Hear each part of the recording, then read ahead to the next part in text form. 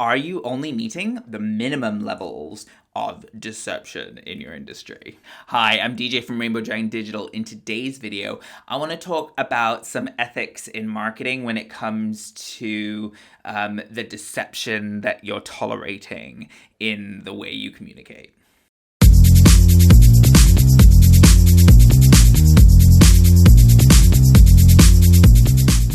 If you haven't subscribed to my YouTube channel already, please do. Click the bell. You'll be notified when I release new videos. So in every industry, unfortunately, the way the world is, there is a minimum level of acceptable deception, is what I call it in marketing, where it has been deemed that that's okay to do because everyone else does it.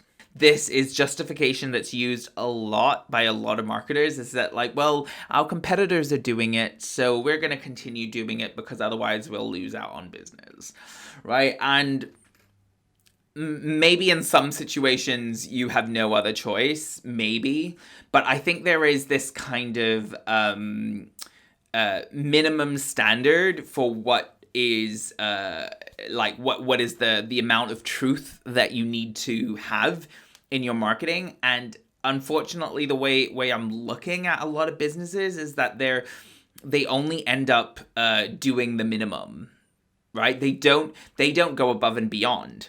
The truth is, if you go above and beyond, if you actively are trying to do more, be more transparent than your competitors, do more ethical practices than your competitors, it becomes a reason that you stand out from your competitors. So it's kind of a win-win. Not only are you practicing your business ethically and practicing your marketing ethically, you end up having more loyal customers because of it.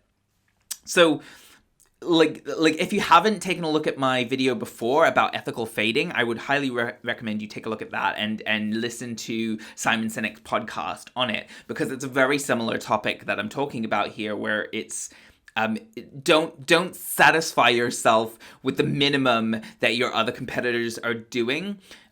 Take a look. What are your values? What are the values that you want to have in your business? And what are the values that you want to have as in your role if you're not even the owner of your business? What are the minimum standards that you have for yourself? And make sure that you're going beyond your minimum. And I assure you, when you do so, you will attract the right people to your business. You will attract the people who agree with you, the people who are aligned with your values, and your business practice becomes easier. So it's completely a win all around. The only thing that you reduce might be some of that profit, but do you really want to profit when you're unhappy, when it's difficult, when you're possibly contributing to a worse world?